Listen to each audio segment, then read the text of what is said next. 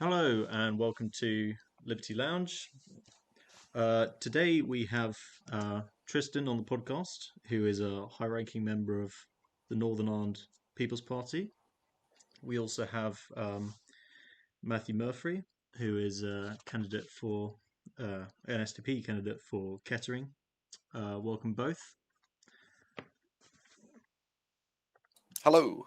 Hello. I'm filling in for Max this episode because he couldn't make it today. Yes, So I'm also unfortunately, co-host. Max couldn't be here, but Murph is going to start off by asking some questions to Tristan. But thank you for joining us, Tristan, today. Yep. Yeah, Tristan, I was just wanted to ask you, obviously a big issue, probably the most contentious issue in Northern Irish politics right now is the sea border, which is an issue that's sort of being created by Brexit. And I was wondering what your thoughts are on how that could be resolved, possibly in a way that doesn't cause conflict with the Republic of Ireland, or maybe you do want conflict with the Republic of Ireland, whether you think the Windsor framework is up to snuff or not. Yeah, well, I mean, the main problem with the sea border, right? Because basically the way Northern Ireland's economy works, most of it's actually internal. So, like, most of our trade is actually with ourselves and within Northern Ireland, which makes up over 70% of our economy, our exports and imports together. And but the sea border was put in place because the way they saw it was Sinn Féin kind of said, "Oh yeah, it'll conflict with the land border between the Republic and Northern Ireland," and they overemphasized the importance of that trade because that only actually makes up around 10% of Northern Ireland's trade.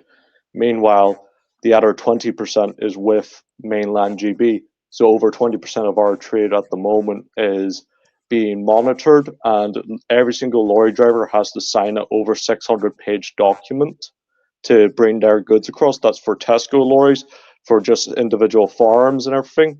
And if you want to send Royal Mail over across into Britain from Northern Ireland, you have to pay a tax now on it. That also goes for all goods. So that's the current issue with the sea border. Personally, I think it should not have been at the sea, but rather at the land. Because obviously there has to be checks between Great British goods and the EU, but Northern Ireland is one of the main four countries that make up the United Kingdom.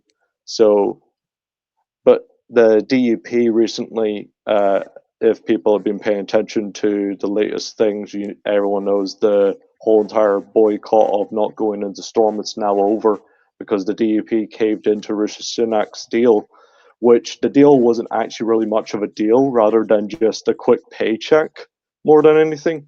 So basically what happened is the sea border's still there, but there's now another department on it.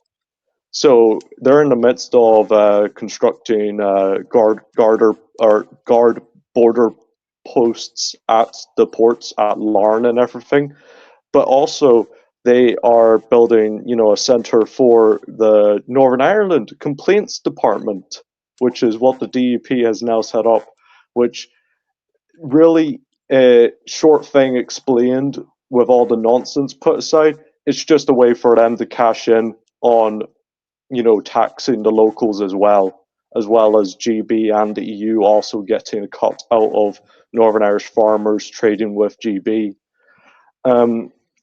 Also, they got 3.3 billion, which obviously Sinn Féin and all the alliance majorly tried pushing as saying, "Oh, this will be a paycheck rise for the workers."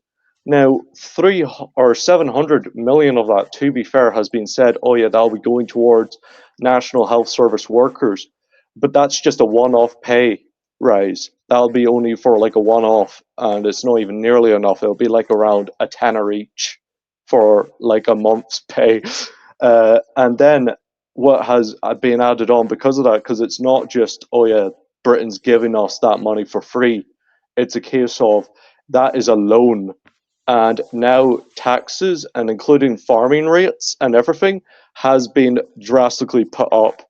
So now my family, we can't pay the rent properly now because the tax has went up by like 10 to 20%, and the rates are going up by 20 to something percent for all Northern Irish people, because that 3.3 billion we're going to have to pay back, which is why I said to DUP, and I said publicly, that deal, which was so slimy and so, it was, they'd done it behind closed doors. They weren't public about what they were actually doing a deal for with our money and without our consent, the public's consent, even though it's our money that we're having a hand away. I think it should have been put up to a public, vote to take the deal or not. But obviously, the government, the DUP, Sinn Féin, and all that, they don't care about our opinion. They don't actually really care about the public's opinion. But I mean, that's sea border. That's my rant over. Sorry. Obviously, that agreement you speak of would have been signed by Jeffrey Donaldson, who is now gone because of alleged charges.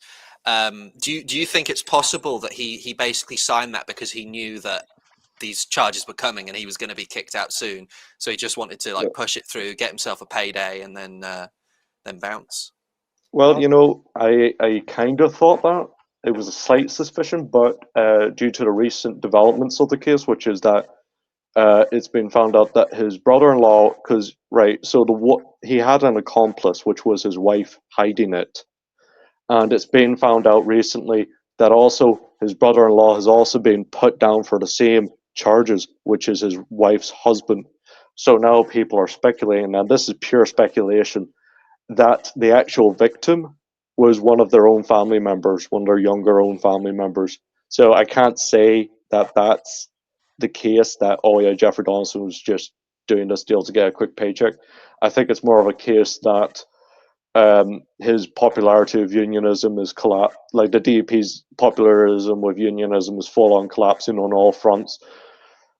Like there's people out there who have genuinely started saying that they'd rather just vote for Alliance than the DUP, who are like hardline unionists, which is, that's the way things are going. I think the DUP next election is going to get massively hammered because they haven't shown enough of a strong backbone. They've now proven that they didn't have a backbone by taking this deal and cashing in and raising up taxation and raising up rates. And also, so then they're not getting the hardline supporters, but also they're not getting the liberal voter base either, because they were boycotting and they were doing this stuff. So they've just basically thrown away all of their support on both sides. It's not good. Can Gavin Robinson bring it back, do you think, or is it a done deal? No. Are they done for? No, Gavin Robinson's not taking it back. Gavin Robinson ain't coming in on a golden chariot, going to save the day, smash Sinn Féin, flipping, return back to the good old days of DUP winning. No, I'm sorry, Gavin Robinson's not doing that. And just to jump in, I agree with you that there should have been a referendum, considering there was a referendum on the Good Friday Agreement that gave it some legitimacy. But why do you think there is a border in the RSC? Do you think it could be just that politicians are more scared of nationalist anger than unionist anger? Well, no, I don't think it's a case that politicians are more scared of, nationalist anger compared to unionist anger, especially since the majority of the arrests now are against, paramilitaries, which, by the way, I'm very glad about the fact that they're cracking down on like the UDA and stuff, because that's my local area. That's I'm just going to say they're a pain in, they're a pain in the back, bunch of scumbags. But they've been recently, just in the past 2 years, which is why you've now seen in loyalist areas, they've started putting up posters calling PSNI the right-handed Sinn Féin, because disproportionately over 80% of all arrests, paramilitary and terrorism-wise, has been against loyalist paramilitaries. But what I do think it is a case of, and it's kind of now been my thinking, is it's more of a case that whenever they have this border in the sea rather than the land border, they can now profiteer off Irish goods, British goods, and Northern Irish goods. It's a case of these departments, which Great Britain has their own departments as well as the EU. People say, oh, it's just the EU taxing the goods. No, it's also Great Britain taxing the goods. They're both taking a slice of the cake. And that's why I think the border's there. Do you think Northern Ireland will be in better hands in a Labour government?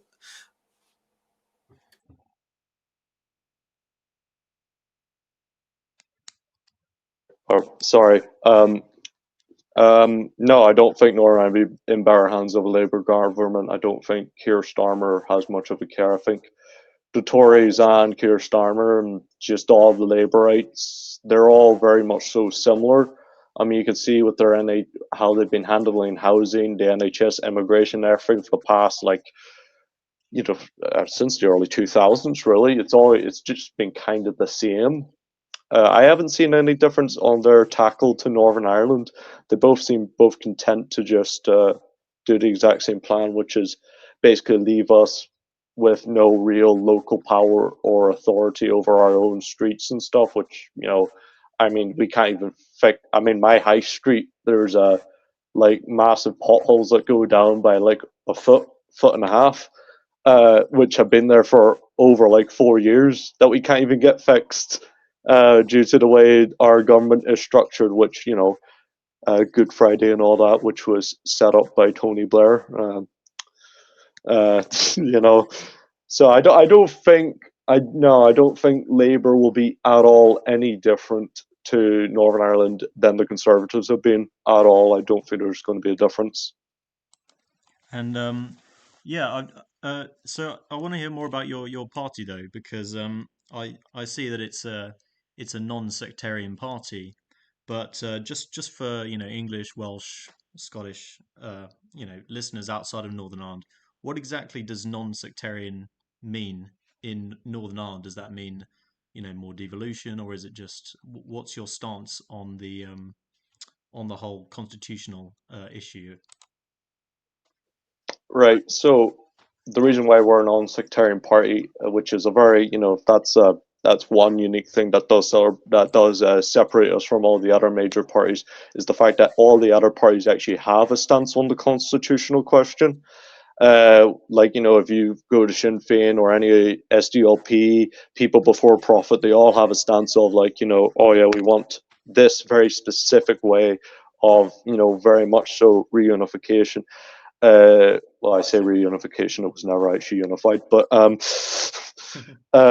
and then you have the opposite side, which is oh yeah, we're staunchly for the union. We will absolutely bend over backwards, no matter what, for the union, even if it's something like taking a deal, which means a loan and all that, and us having to pay a fortune back that we can't even pay back.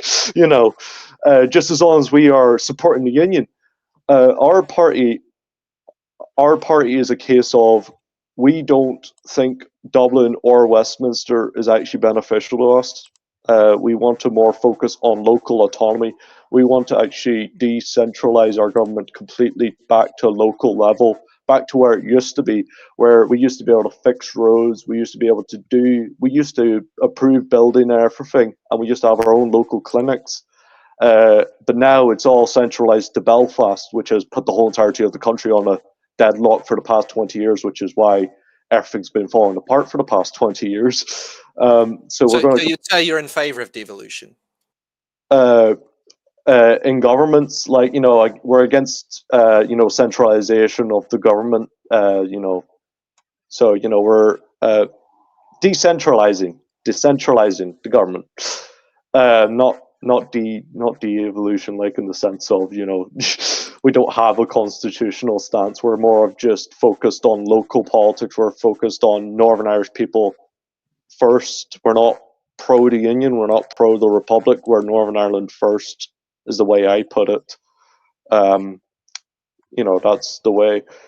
And as our party leader has said, he hopes to someday see Stormont made into a museum, and for all power to be handed to local town councils. Which I don't fully disagree with him on, to be honest. But yeah. And I can see that from your party's website, you're quite a pro-freedom party that believes in limited government. So could you just explain some of your policies and how that would work in a Northern Ireland context, and your more of your libertarian ideas? Yeah. So some of our base core values, which, the way our party structure is set up is every individual candidate has their own policies, and the party can't restrict what those policies are, just as long as they follow the basic guideline sort of thing of basically being for freedom. So we are pro lowering taxes on the lower classes. So, scrapping job tax, scrapping TV licenses and stuff like that, scrapping all this like nonsense that literally the government shouldn't have any say in, between the consumer and the corporation. But we're also pro putting in taxes I am in favor of it's still up to debate in the party. Personally, I'm in favor of a land tax, much like Hong Kong, Singapore, Denmark has, where, to punish the big land squatting class, you know. But yeah, we're pro lowering restrictions on farmers, getting rid of a bunch of the basic, like, I need personally, my family's looking into buying a goat. We need a license plus approval from local government elected councils and stuff to even get that done. And then we have to pay a yearly thing for that just to own our own livestock. We want to scrap that sort of thing. We're wanting to scrap some departments such as Department of Infrastructure, restore local town infrastructure councils. So all infrastructure is approved by local town council rather than from the capital, from the almighty capital, which will, massively benefit rural communities who have been waiting for years. I mean, like recently there was a story where there was a rural housing estate which had been waiting for their road to be repaved, and after 35 years they finally got it done. It was finally approved by the Department of Infrastructure. We want to get rid of that. We also want to get rid of the what do you call it? Basically, the guys who approve protests. It's a department that we have over here.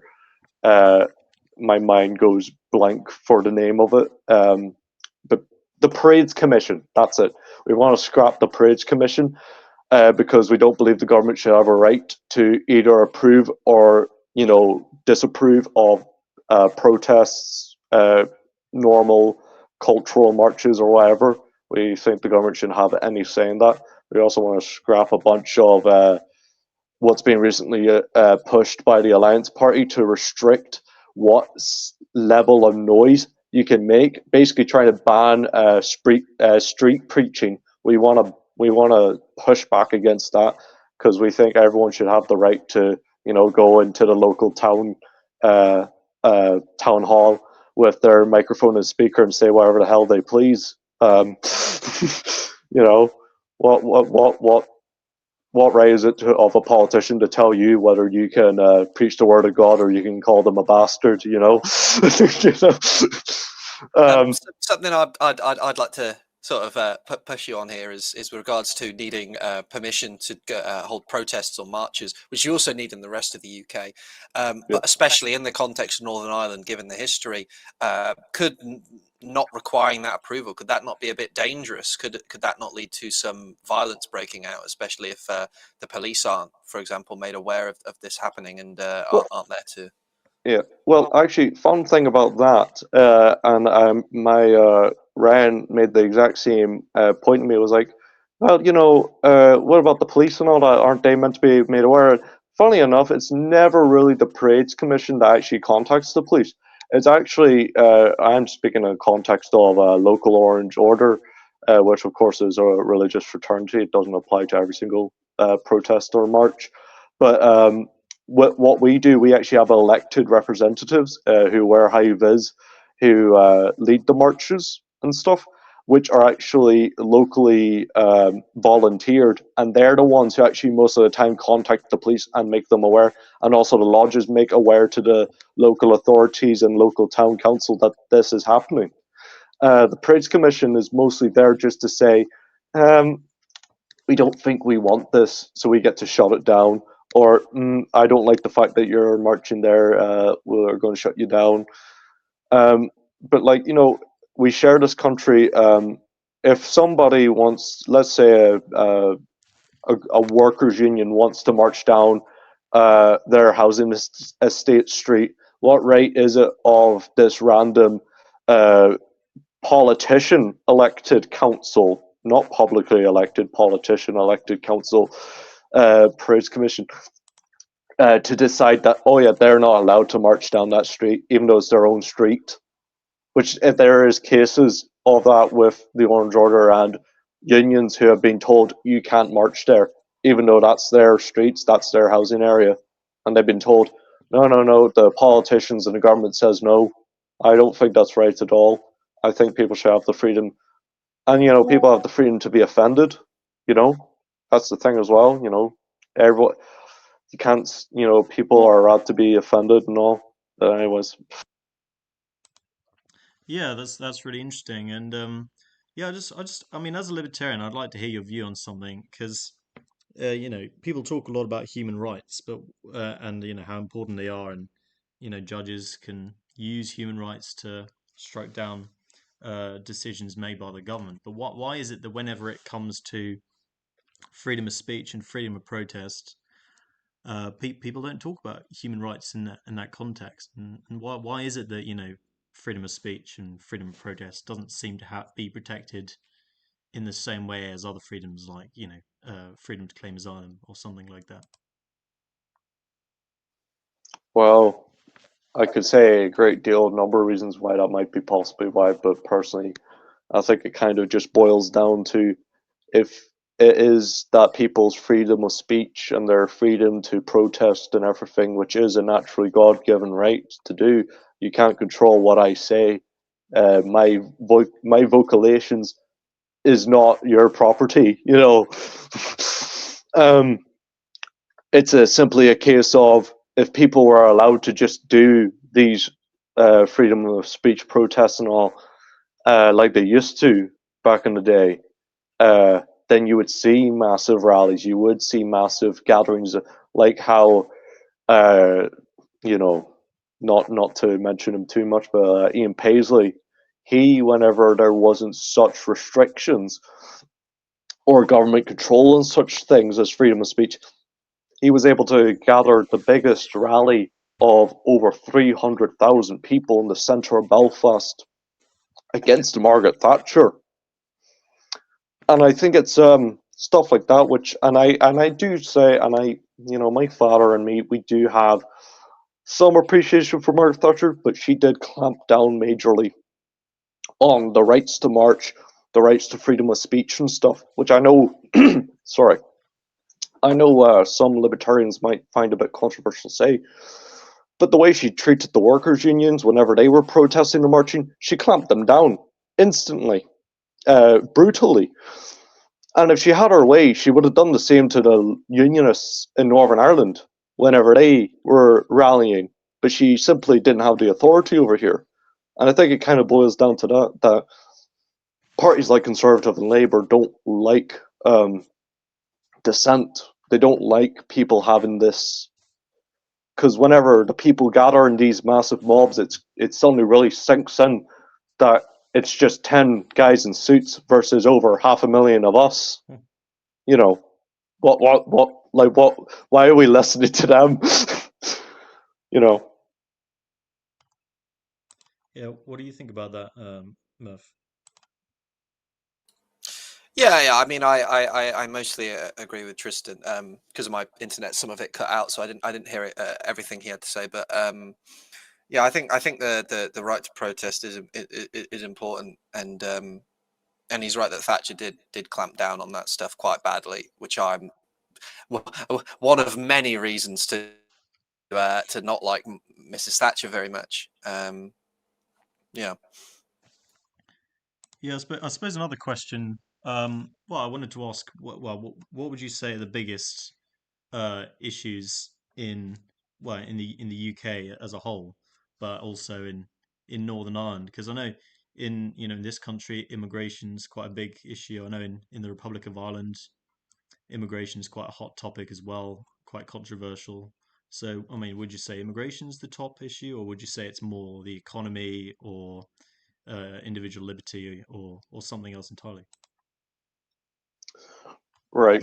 So immigration in Northern Ireland. It's not such an issue here per se. In the Republic, yes, it's a massive issue. I mean, you have counties dropping below 80% their local population, but up here we have like a population of very small immigrants. Most immigrants we have are completely legal. Um, Such as our Polish immigrant population. My mum, she's German. She's a legal one. Local businesses in my town, they're all legal. We don't actually have an illegal immigration issue. There has been a few hotels which has housed like a few hundred, um, you know, but like that's been going on. That's after like over a year of them gathering, that it's only made like up to like, oh, there's like 2,000 of them nationwide in these like hotels across the nation. Oh no. But yeah, no, the main issue here in Northern Ireland is the raising of taxes, is our economy being basically centralized, is why I say is our economy is becoming slowly more and more closed in. Rights of ownership of certain livestock, rights to produce and stuff. There's more and more licenses being put out there. So if you 10 years ago were growing grain, now you have like a pile of other stuff that you need, and the requirements is slowly going up and up and up. So you have people that me and my father know who have just sort of given up on growing certain things and have given up on owning certain things, and it's slowly becoming the case that big companies, which they're massive landowners, multimillionaires. I currently am renting a house off one who owns the whole entirety of the road and all of the land.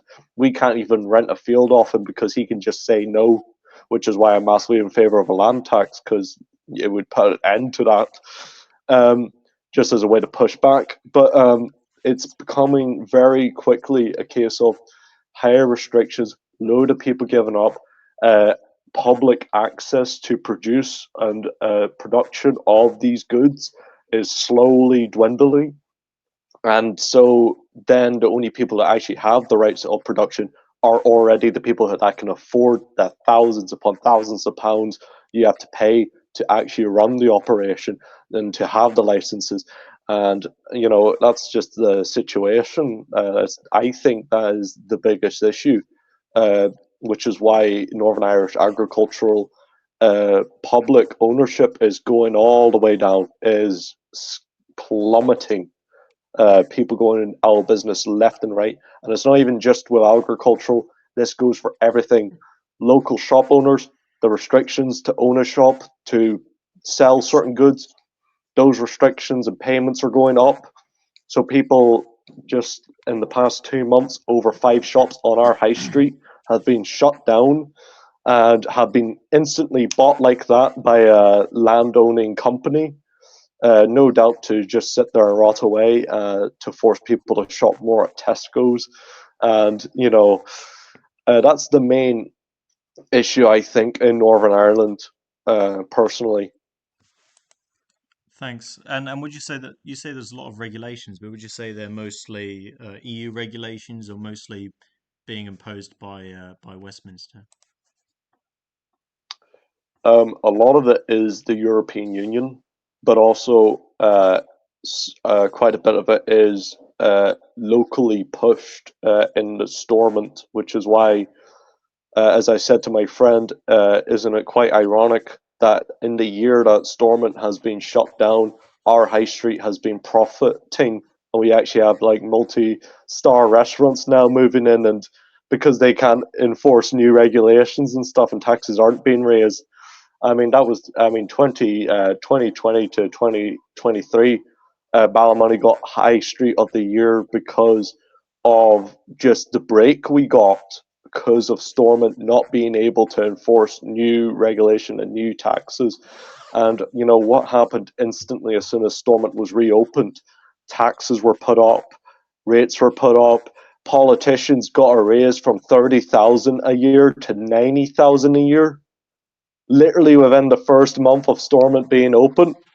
So, you know, whenever people say, oh, would have you liked Stormont to stay shut down? Absolutely. I would have wished it would have stayed shut down. I wish it would have just, oh no, it accidentally burnt down. Sorry, it's gone. I wonder how that happened, you know. Sorry, Seamus drove his Massey Ferguson through the front doors. We can't open it up again. Oh, what a shame. You know. But you know, I suspect, to be honest, this sentiment is probably not just in Northern Ireland but across the country. I mean, being from a village myself, I totally understand exactly what you're saying, and it isn't a problem unique to Northern Ireland. The whole of the UK has this exact issue, and it is existential.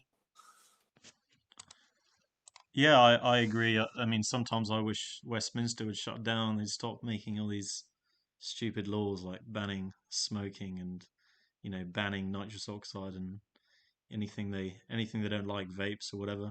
But yeah, yeah, Murph, what do you think about what more about what Tristan said? Like, do you think we need more tax cuts and deregulation, or do you think what do you think about that? In terms of agriculture, agriculture needs more deregulation. Regulations for agriculture, terrible idea, shouldn't be happening. I always point to, and love him or loathe him, I will say the series on Amazon Prime, Clarkson's Farm, is phenomenal, and it has gotten a lot of people, like, opened a lot of people's eyes to how agriculture works and just how much regulations are in, and how the government is strangling farmers in this country, and it is really awful. So in terms of agriculture, yeah, deregulation and probably tax breaks as well. In certain other industries, I would like to see more regulation, especially in terms of like environmental stuff, like carbon output, whatever. And again, like I'd like to see certain industries have higher taxes on them. But I'd say for primary sector industries generally, so resource extraction, so like agriculture and mining and whatnot, and certain secondary sector like industry like steelworks and whatnot, I'd like to see deregulation and tax breaks. But for tertiary sector industries, I actually think we need more regulation and more taxes. So it's a mix and mix. It depends on the sector. Yeah, thanks, Murph. And but Tristan, I mean, in Northern Ireland, it's not just I know you talked a bit about agriculture, but uh, Northern Ireland also has some quite successful industries as well. Do you think maybe an industrial policy might be needed to, you know, increase productivity, or do you think it's more the government needs to get out of the way? so yes, Northern Ireland has some of the most actually promising, fastest growing industries in Europe, especially for the 21st century. We have one of the biggest cybersecurity firms in Europe, which obviously puts us in top class of the world. But due to regulations, there's a lot of promising people. I personally know two of them who are relatives who cannot really get into that industry without having to fork over like thousands upon thousands of pounds and having to give up so much. Um, you know, they have to give up like so much to even get into those industries, which would massively benefit. And I think that is the case for thousands upon thousands of people across the country, not just for cybersecurity, but for, you know, space related stuff and for steelworks. I tried getting into steelworks. Me and five other lads, we tried getting into steelwork, and we even tried just getting in for a free welders course, which even the local job officer said that we should have had no problem, but due to government regulations, we were barred from having it.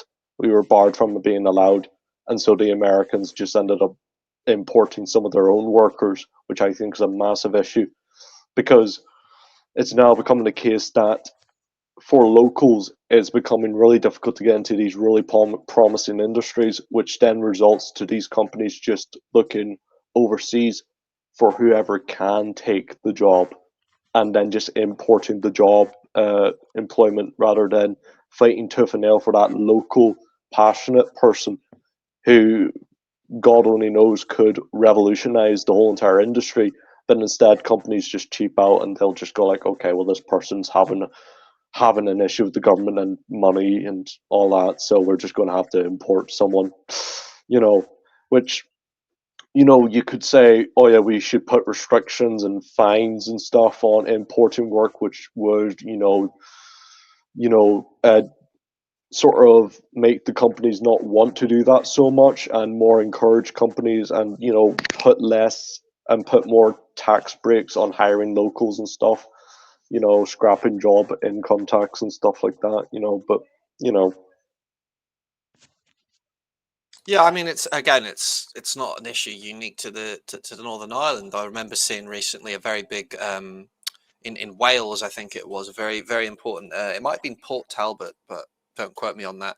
Where they've basically just had to bring in loads of Chinese people because it was bought by a Chinese company, and they've just brought over their own people to do all the work instead of hiring locals, even though locals are experts at what this industry is. Yeah, thanks both of you. I think yeah, with steel in particular, I think environmental regulations do get in the way because it's quite a high emitting industry. But if there are barriers to entry, I mean that's terrible as well, especially for working class people who want a good job. But I mean, we've talked a bit about civil liberties already, but and restrictions on parades and marches.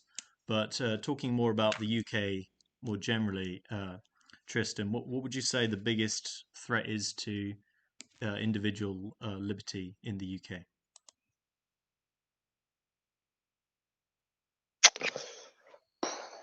That's actually a really difficult one. There's a load of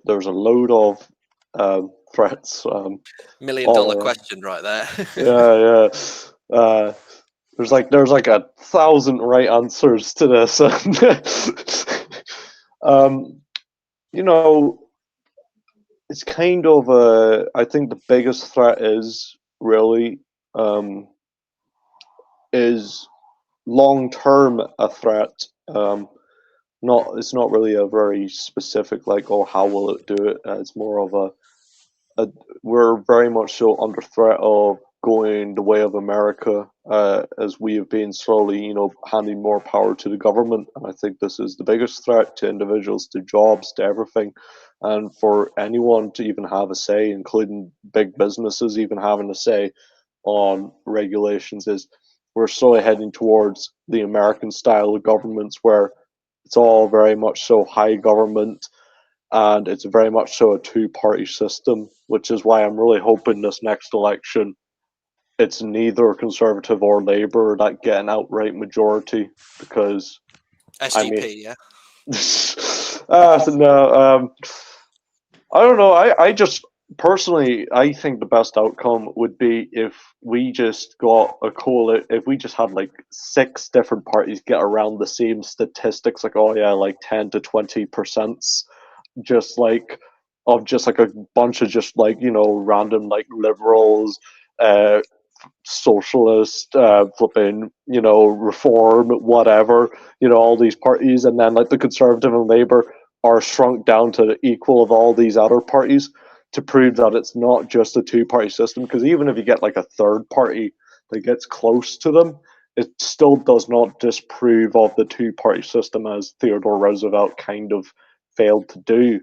And I think Robert F. Kennedy is going to fail to do as well.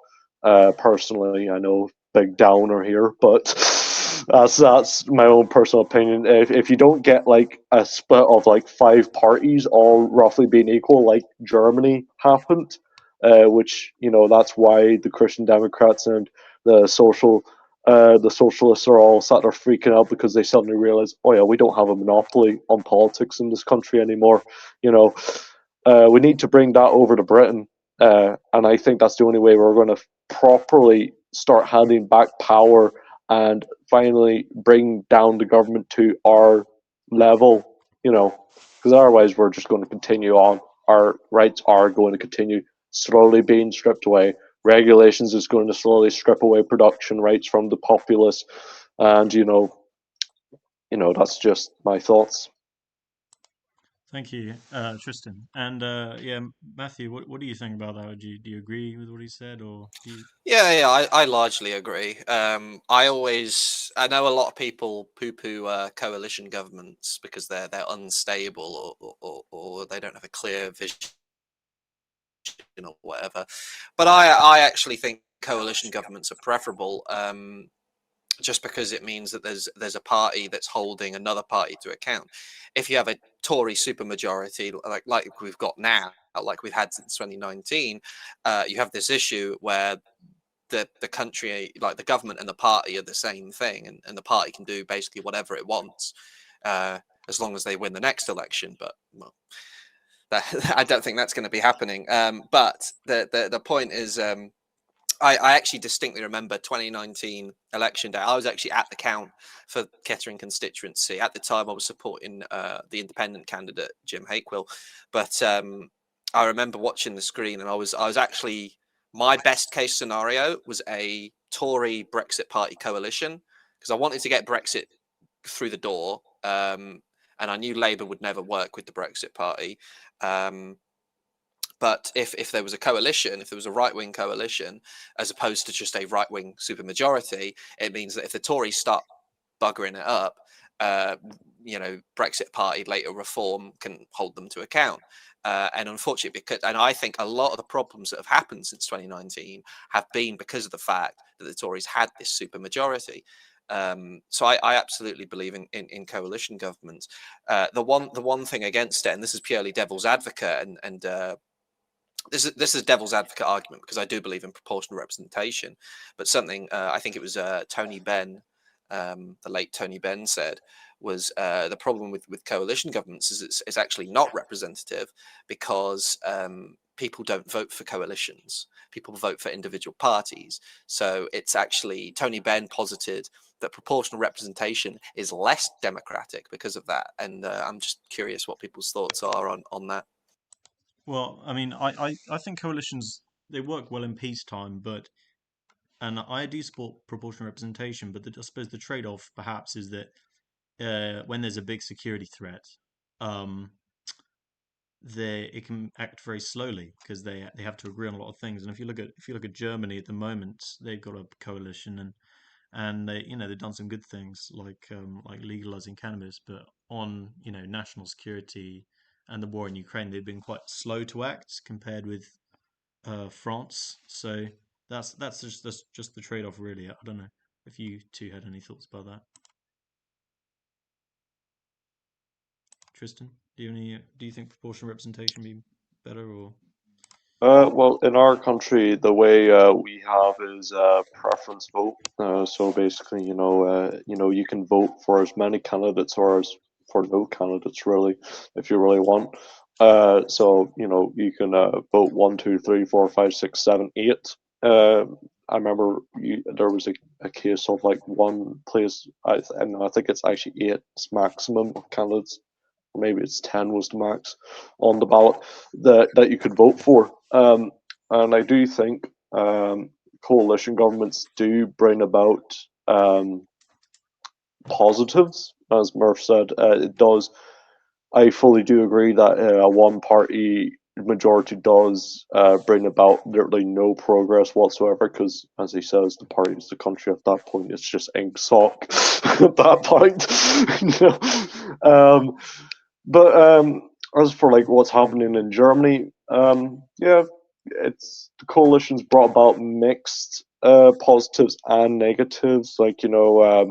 The government is still calling for like the banning of alternative for Deutsch, which my family, we're half German. My mom's German, and all her family over in Germany all vote for AfD. So like that's a bit like of a I don't know, man.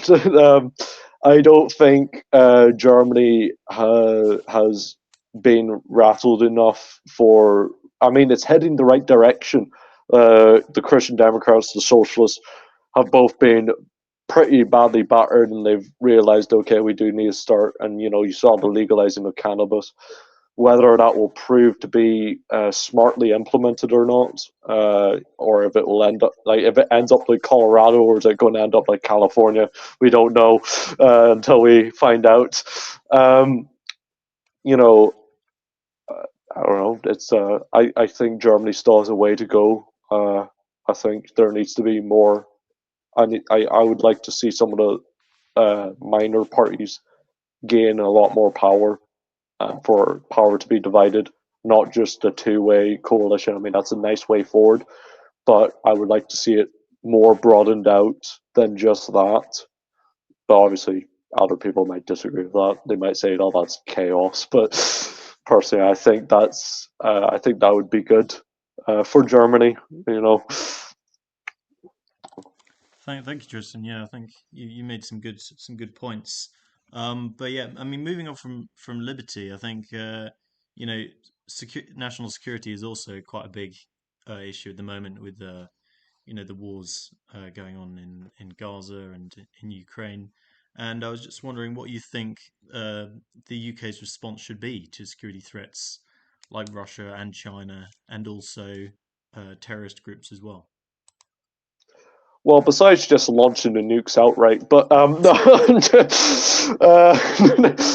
I think I don't think we should. I think our policy in Ukraine has been completely disastrous. I think it has been very much so for the past since Iraq. We have been following basically by the leash by America. I think this has been a complete disaster. I think Britain needs to enforce to properly secure our security and to properly reform our military. We need to keep the money for our army. We need to pull back, and we need to properly secure our army and stop spreading ourselves out in all these random conflicts, because that's how you get security leaks. How you get security leaks is whenever you start sending like guys off with contracts, sending off missiles to all these other countries. That's how you get security leaks. So if you want to stop the security leaks and stuff, you need to stop intervening in random wars, especially, I mean, in Eastern Europe of all places. One of the most corrupt areas in all of Europe, notorious for like nearly every single film where bad things happen in war and security leaks happens. It's always some Eastern European country. So I think we need to stop intervening so much. I think we need to stop sending all these like billions of pounds worth of equipment overseas, and instead keep it for ourselves. And we need to stop following the tail of NATO and stuff. We just need to stop acting like America's puppet. I think we need to start thinking more of what is in our interest. How are we going to secure Britain? How are we going to secure our allies in the Commonwealth? What are we going to do about Papua New Guinea, where the Indo-Chinese are sat there bombing civilians and doing war crimes against our own Commonwealth nations? And we're not allowed to do anything about it because Indonesia is an American. It's in American interest to back up Indonesia, which is why whenever we sent over our own British army to start training Papua New Guinea's local militias, America, Lincoln lost their mind at us. Should we leave NATO? Leave NATO. I think we need to really withdraw out of NATO. I don't think we should leave outright. I don't think that's a smart move to just outright leave, mainly because we owe a lot of money. But I do think we need to start more focusing on our Commonwealth, our actual allies, our actual family of sorts, and to stop acting like France and America and Israel, of all places, are our allies.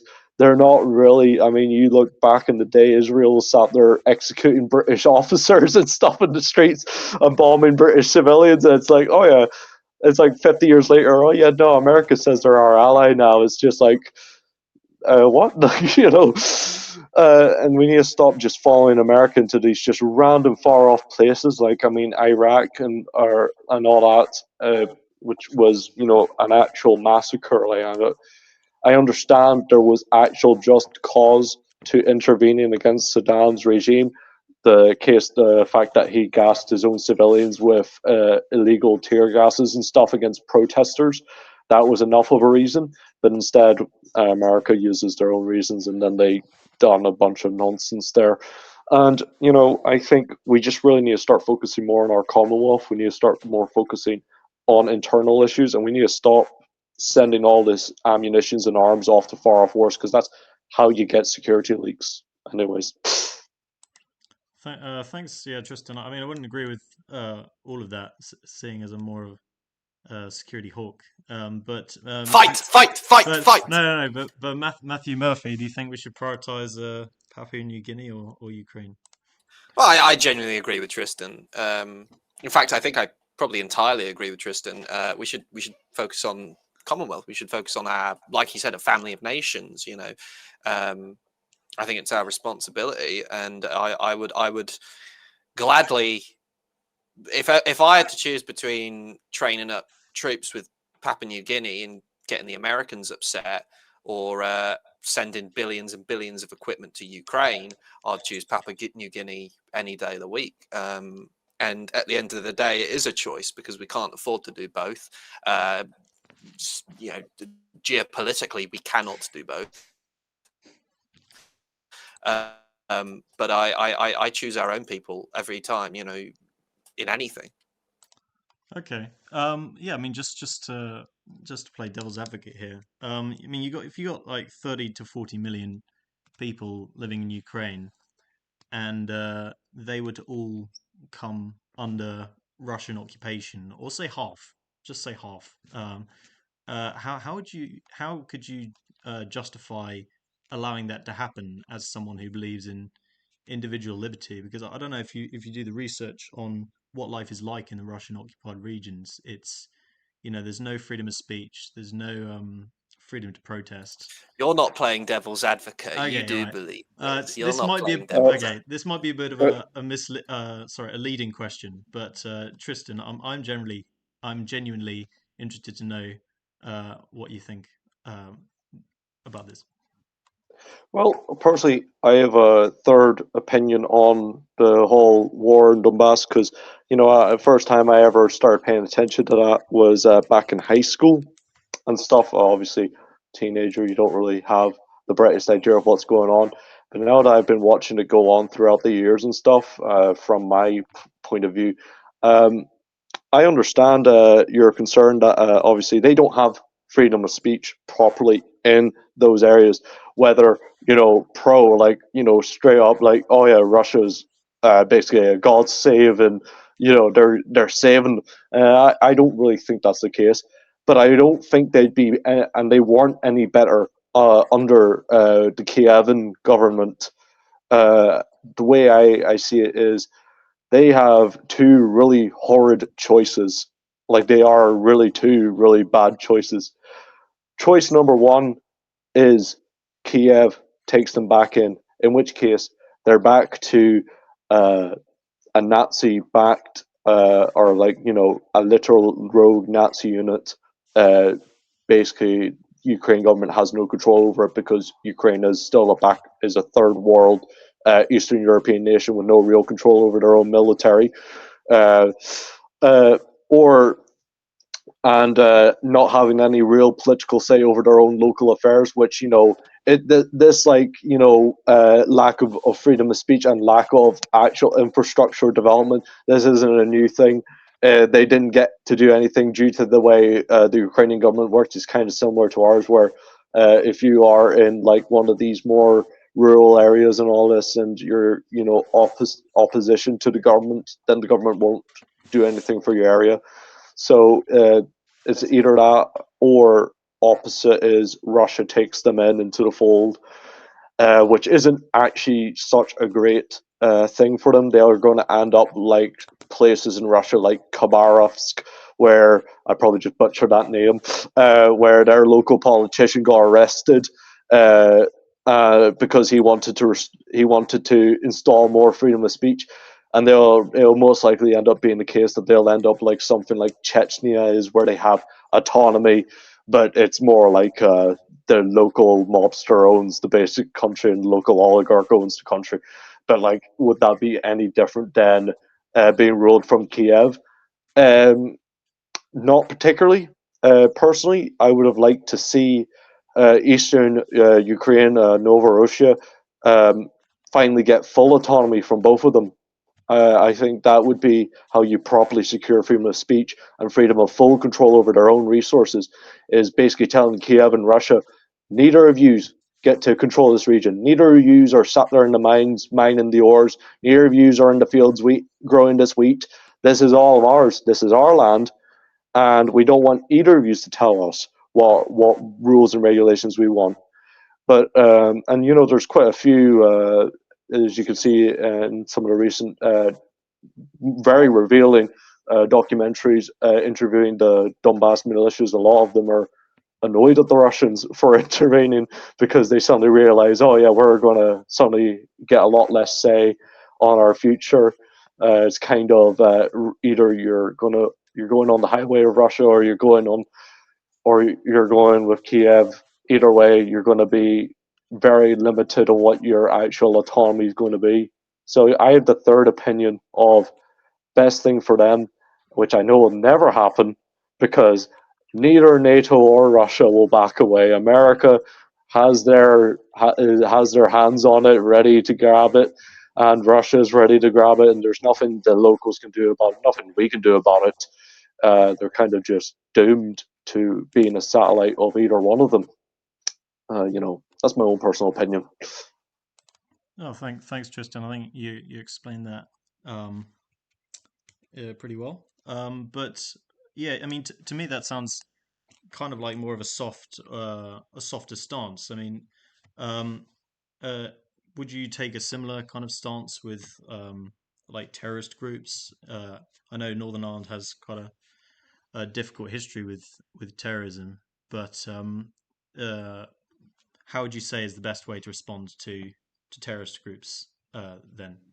From your perspective, do you think you need a more militaristic response to terrorist groups, or do you think it's better to come to some kind of political arrangement? Right. Well, well, my family, we come from a long line of British soldiers and Ulster and Irish constabulary who fought against these terrorist groups. A lot of our family, you know, I make a point once a year to visit the graveyard out in Fermanagh. And you just see the line of the RUC and British soldiers who were killed by IRA, UVF, and all sorts. I don't think it's a fair comparison to compare, you know, what is a civil war. You know, it'd be like comparing what's like. Imagine it if in the early, like in the 90s or in the early 2000s, people were like going like, should Britain be intervening in Yugoslavia, and compare it to Northern Ireland? It's like, no, that's not very similar. It's a civil conflict versus terrorism. Uh, I don't think we should be intervening in like ethnic conflicts, which are just outright, you know, a case of, you know, that. But something like terrorism and the drug trade in Northern Ireland, I would have a very hard stance on. I want to see the PSNI decentralized. I want to see introductions of tried and proven methods that Alaskan special branches use and that Japan uses, where we're bringing back civi policing. We'll bring back, I forget what you call it in Japan, but it's basically a high street police station. I don't know if you guys know what I'm on about, the high street police station.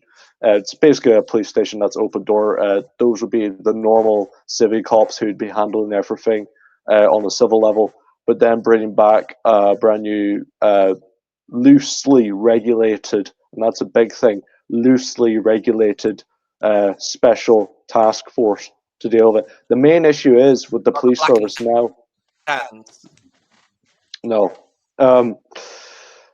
So basically, a lot of PSNI operations are very limited. We have a police station in our town. They aren't actually authorized to go out on calls to sort out issues here. It's only a town 10 miles away that's actually authorized to deal with issues up here. So basically, that police station can't actually deal with our own local issues because it isn't authorized due to bureaucracy reasons and regulations. I would like to see those regulations scrapped. I would like to see the police be allowed to do their job. I would like to see police not have to wait weeks upon weeks to sort out something, and by the time they're going to raid the place, the blinking human traffickers already buggered off to another town with their wheat farm and their slave, which is a very common thing over here in Northern Ireland, as it is in Britain and other European countries where you have human trafficking and literal slave trade, or that drug dealers and the IRA and UDA both use it, and the PSNI are very hopeless to do anything about it due to the regulations. They have to wait a week for approval of operations, and by the time, due to infiltration into the service, which is quite rampant at the moment, um, the paramilitaries know in a week advanced that the operation is about to happen. I would like to see decentralization of that, and I would like to see deregulation so that officers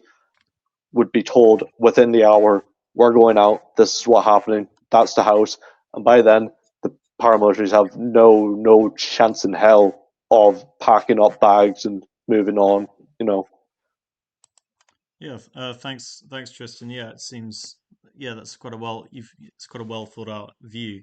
Yeah, we're nearly coming to a close, so I'll just ask both of you to um to come up with some final thoughts. Matthew, what are your final thoughts on our discussion today? Well, it's quite interesting, and to be honest, it has because used to be very big into regulation, but Tristan's brought up some good points that I think I'm going to be reflecting on uh, with regards to deregulation. Um, and decentralization as well, which again is something I consider myself a pretty hardcore centralist. Direct rule from London and all that. But I am going to be reflecting on that. But I don't know. Maybe when I beat him in the next wrestling match, which I will win easily, as I was going to win the last one we had, Tristan, before we were told off. Maybe my thoughts will change. We'll see. But yeah, it's given me some food for thought. Oh, thanks. And Tristan? Well, I think we've all came to the conclusion that maybe launching the nukes right away isn't the right move. Um, but also, I think Murph, I have to look more into his party's policies. I haven't, me and him were both very much so in agreement on quite a lot of things. I think, not just on like, I do agree with him, especially whenever he says, and I think he laid it out well better than I did, which is, you know, uh, producing sectors on lower levels, deregulation, middle level needs more deregulation. But then whenever you get up to the multinational companies and stuff, they need to be flipping absolutely hammered to bits to level out the playing field for local companies and for local people, because that's a massive issue. I think that's one of the main issues. But yeah, I think this conversation's been very positive. I think I would like to thank you for giving me the chance of getting my thoughts out. Again, if anyone's interested in finding out about the NI People's Party, it is literally just NI People's Party. We also have a website where some of our candidates are. I'll be standing in North Antrim next election against Ian Paisley Jr. and all that. So I don't know what my chances are there, but Um, but yeah, yeah, that's about my thoughts on it. Yeah. Yeah, Matthew, Tristan, thank you. It's been delightful. Thank you both for coming on the show. Thank you for having me.